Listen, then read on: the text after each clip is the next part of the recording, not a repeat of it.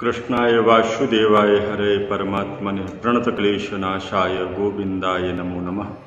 प्यारे मित्रों, जय श्री राम, जय माता दी। मित्रों, आज चर्चा करेंगे आपसे कार्तिक मास की जो पावन कथा आप लोग श्रवण कर रहे हैं, उस कथा का 27वां अध्याय यहाँ पर प्रारंभ हो रहा है।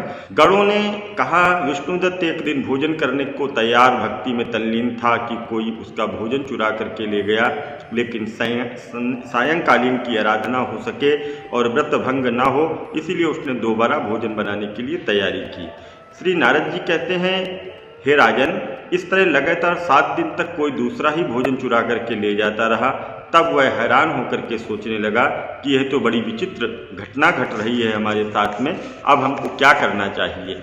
ना जाने कौन हर रोज हमारा भोजन चुरा करके ले जाता है, फिर भी इस देव स्थान को छोड़ने का मन नहीं होता। अगर मैं भोजन बनाकर रख लेता हूँ तो थोड़ी देर हो जाएगी और पूजा छूट जाएगी, अतः मुझे भोजन बना करके तुरंत खाना नहीं चाहिए। बिना भगवान को भोग लगाए वैष्णव लोगों को भोजन नहीं करना चाहिए। अगर 7 दिन बिना भोजन के बीत गए, आज एक दिन और सही, आज मैं भली भांति भोजन की रक्षा करूंगा और देखूंगा कि हर रोज कौन मेरा भोजन चुरा करके ले जाता है। ऐसा सोच करके विष्णुदत्त भोजन को तैयार किया और एक जगह छिप करके बैठ गया। थोड़ी ही देर के बाद देखा कि एक चांडाल वहां पर आया, जिसका शरीर बड़ा दुर्बल था। उसके शरीर पर अनेक केवल चमड़ी ही दिखाई दे रही थी।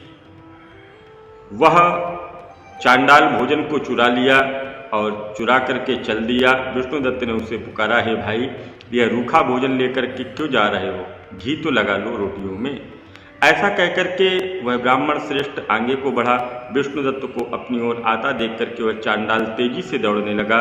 वह ब्राह्मण से डर गया, लेकिन दुर्बलता के कारण दौड़ नहीं सका और वह भूमि पर गिर पड़ा और गिरने के बाद में वह मूर्छित हो गया। चांडाल को मूर्छित देख करके विष्णुदत्त लपक कर उसके पास पहुंचे और उसे अपने वस्त्र से हवा करने लगे। इसके बाद जो कुछ हुआ उसे देख करके वह आश्चर्यचकित रह गया।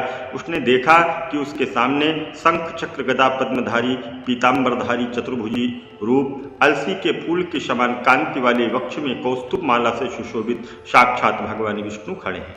भगवान का दर्शन करके सात्विक भाव से युक्त वह श्रेष्ठ ब्राह्मण उनकी स्तुति एवं प्रणाम करने के लिए कुछ कहता।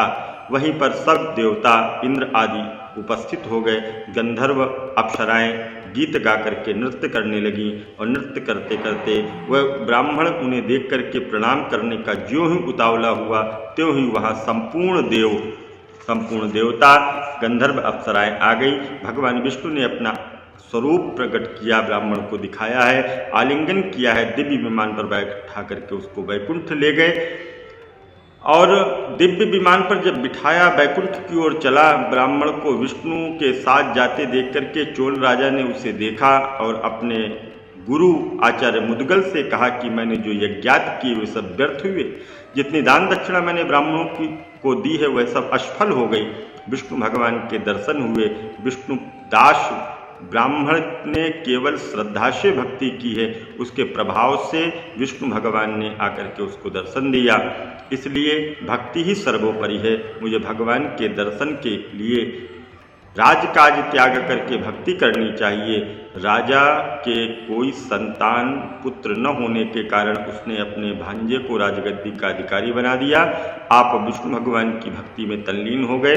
बहुत काल तक भक्ति करने के बाद भगवान विष्णु ने जब दर्शन नहीं दिए तो वह अग्निकुंड में कूद पड़ा। अग्नि में प्रकट होकर के भगवान विष्णु ने उसको गोदी में उठाकर कहा कि तेरे त्याग और भक्ति से मैं प्रसन्न हूँ। उनका आलिंगन कर उसको दिव्य विमान पर बिठा करके अपने साथ वैकुंठ को ले गए। विष्णु जी ने अपने समान रूप वाले ब्राह्मण को पुण्यशील और राजा चोल को सुशील नाम देकर के दोनों को अपना द्वारपाल बना लिया। इसी के साथ ये पावन कथा आज विश्राम करती है। आगे की कथा कल के पावन प्रसंग में सुनेंगे। आप सभी को प्रणाम। गंगा मैया की जय, भारत माता की जय, सत्य सनातन धर्म की जय। जय जय श्री सीताराम।